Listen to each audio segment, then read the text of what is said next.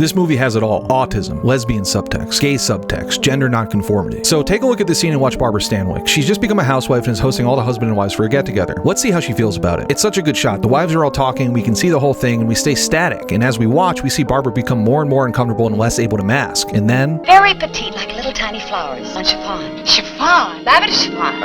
Over taffeta. Absolutely stunning. Just stunning. Oh my, yes. What did you draw? Cream cheese and olive. Iridescent beef. I'm getting sad. Beat a top. Just stunning. Excuse me, I'm sick.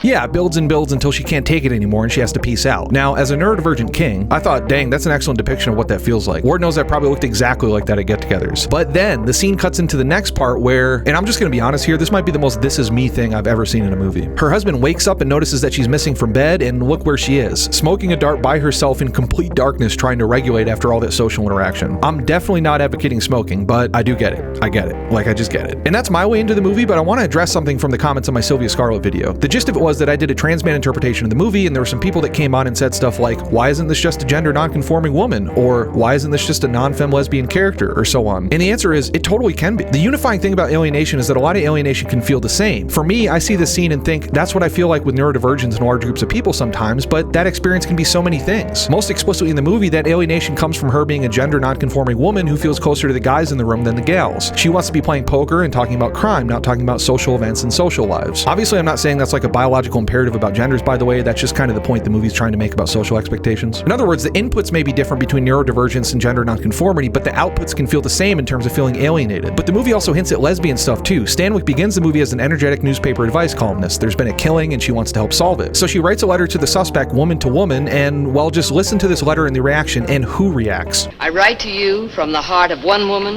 to the heart of another. Now you were deserted by him in whom you have placed all your faith and all your love. When we are alone, women tortured by fate, betrayed by all men.